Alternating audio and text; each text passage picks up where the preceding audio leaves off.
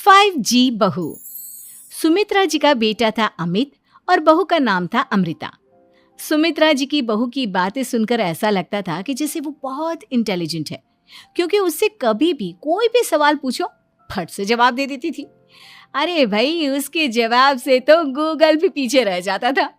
और इसलिए कम से कम सुमित्रा जी के घर में तो किसी को भी गूगल की जरूरत ही नहीं पड़ती थी।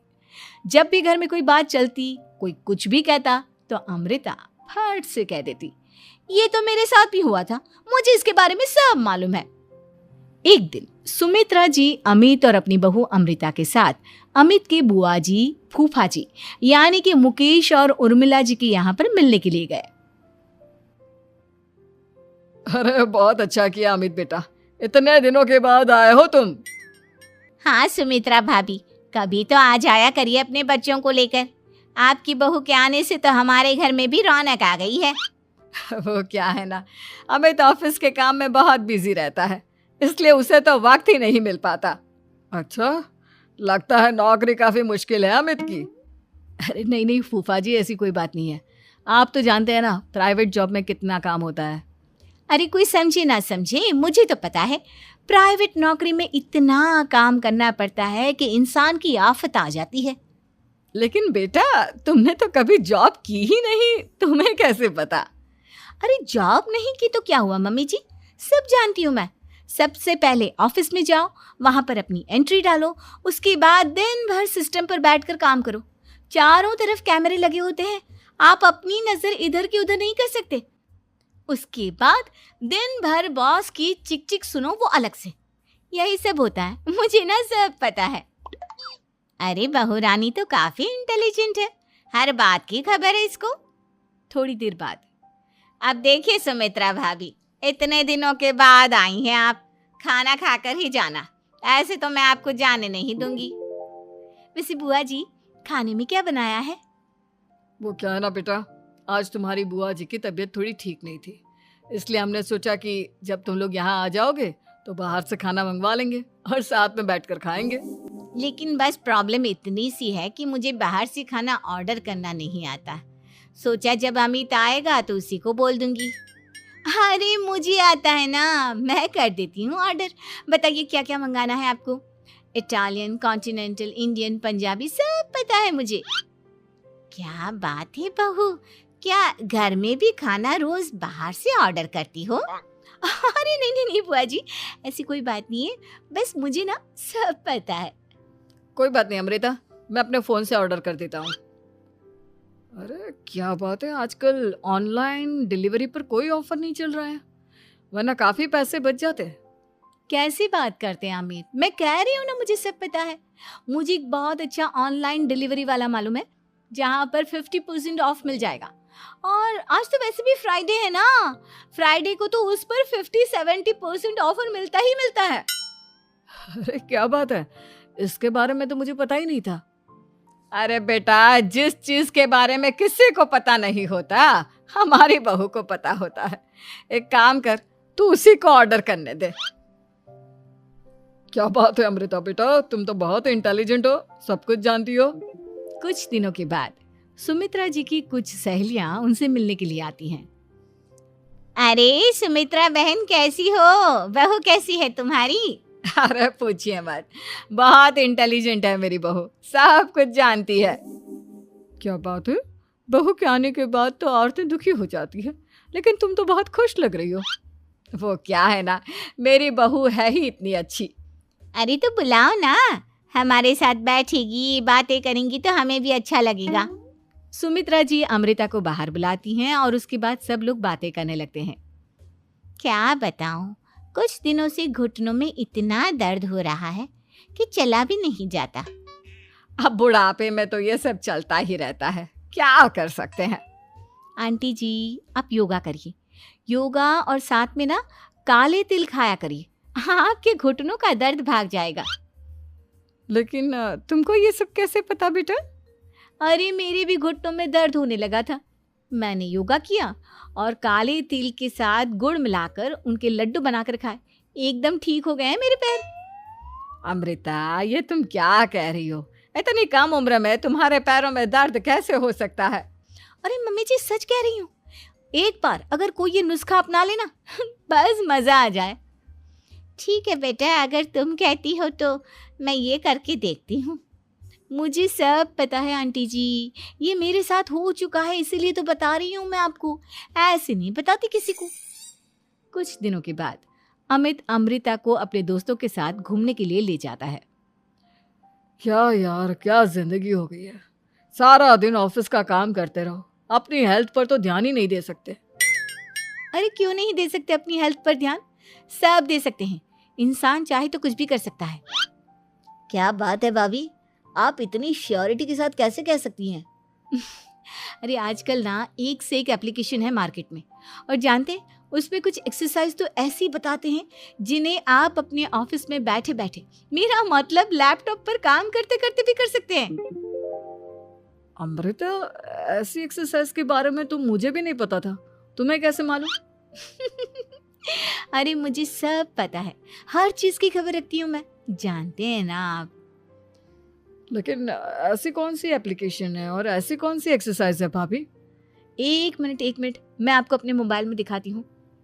अरे वाकई में भाभी तो सही कह रही हैं। देखो यार, इसमें कितनी अच्छी एक्सरसाइज दिखाई गई है। अपनी चेयर पर बैठे बैठे एक्सरसाइज भी कर लो, काम भी और हेल्थ भी। वाह भाभी वाह, मजा आ गया। लेकिन अमृता, तुम्हें इस बारे में कैसे पता? अब मेरे साथ जो चीज हो चुकी है उसके बारे में तो मुझे पता होगा ही ना अमित। मतलब तुम कब ऑफिस में काम करने गई जो तुमने ऑफिस करते करते एक्सरसाइज की? मैं जो किचन में काम करती हूँ अमित, घर के काम, वो किसी ऑफिस के काम से काम है क्या? बस मैं भी वो सब करते करते इनमें से कुछ एक्सरसाइज ट्राई कर लेती हूँ, इसीलिए मुझे सब पता है। सही है यार, तुम तो बहुत इंटेलिजेंट हो। कुछ दिनों के बाद ये क्या है? एक दोस्त ने मेरे साथ एक मजाक किया है, लेकिन समझ में ही नहीं आ रहा। अरे बेटा, तो अमृता से पूछ लेना, उसके पास कोई ना कोई जवाब जरूर होगा। ठीक कहती है मम्मी जी, मैं सब जानती हूँ। लेकिन अमृता, ये थोड़ा मुश्किल है, सोच लो। मेरे लिए कुछ भी मुश्किल नहीं, दुनिया की कोई भी पहेली हो मैं चुटकी में सॉल्व कर लेती हूँ। अच्छा ठीक है, देखो मेरे दोस्त ने मुझे एक खाली पेपर दिया है और कहा है कि इस पर उसने मेरे लिए कुछ मैसेज लिखा है।